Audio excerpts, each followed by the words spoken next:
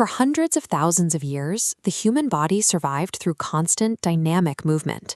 Today, we've swapped hunting and gathering for typing and driving.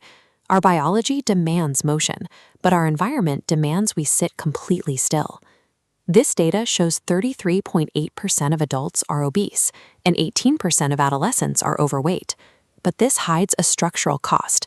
The skeleton maps severe musculoskeletal dysfunction. Red flares on the neck, lower back, and knees represent mechanical breakdowns from how we work. We tend to think of sitting at a desk or relaxing on the couch as resting.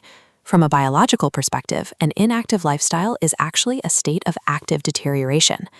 The desk job operates as a trigger. A standard 8-hour workday forces your joints into fixed, unnatural positions that systematically dismantle your biomechanics. If we zoom in past the skin of someone hunched over a keyboard, we can watch this deterioration happen at the cellular level. Muscle fibers physically bind and pull against one another under the continuous strain of poor posture.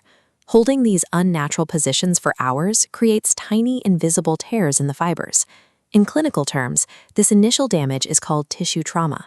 The body detects this trauma and immediately deploys its standard defense mechanism. It floods the damaged area with blood and fluids, creating localized inflammation to protect the torn tissue. That swelling is supposed to help heal the injury. Instead, because the person stays sitting in the exact same damaging position, that inflammation becomes the starting point for an escalating biological cascade. This diagram maps out exactly how that cascade works. It illustrates the cumulative injury cycle, a self-perpetuating mechanical trap. Following the cycle clockwise from the initial trauma and inflammation, the diagram shows the third step. The persistent inflammation irritates the nerve endings in the area, which forces the surrounding muscle to spasm and contract to protect itself.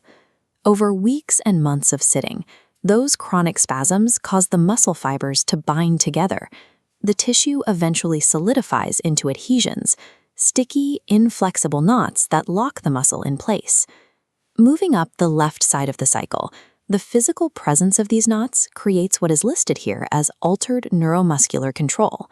The adhesions physically scramble the communication signals between your brain and your joints. Because the brain receives confused signals, it alters how the joint moves to avoid the restricted tissue.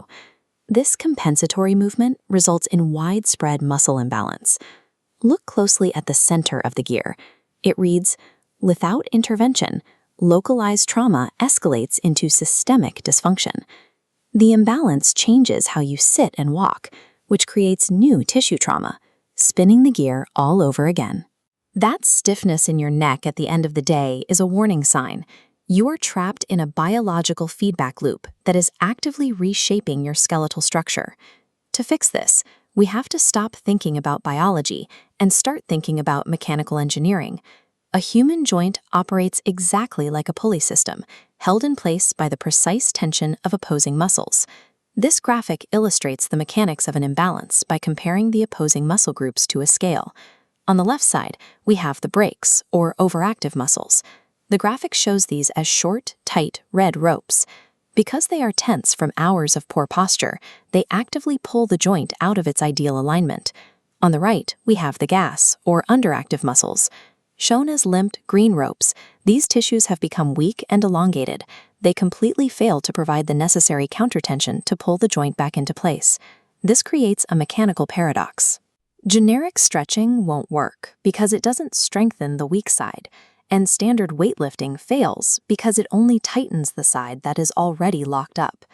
Resetting the scale requires a strict two-part biomechanical formula. You have to address both sides of the pulley system at the exact same time. First, you must structurally inhibit and lengthen the overactive brake muscles. Techniques like foam roller break up the physical adhesions, allowing the tight, bundled fibers to finally stretch out and release their grip on the joint. Second, you must simultaneously activate the underactive gas muscles through isolated strengthening. By forcing these specific, neglected tissues to contract and thicken, you rebuild the necessary countertension to hold the joint securely in the middle.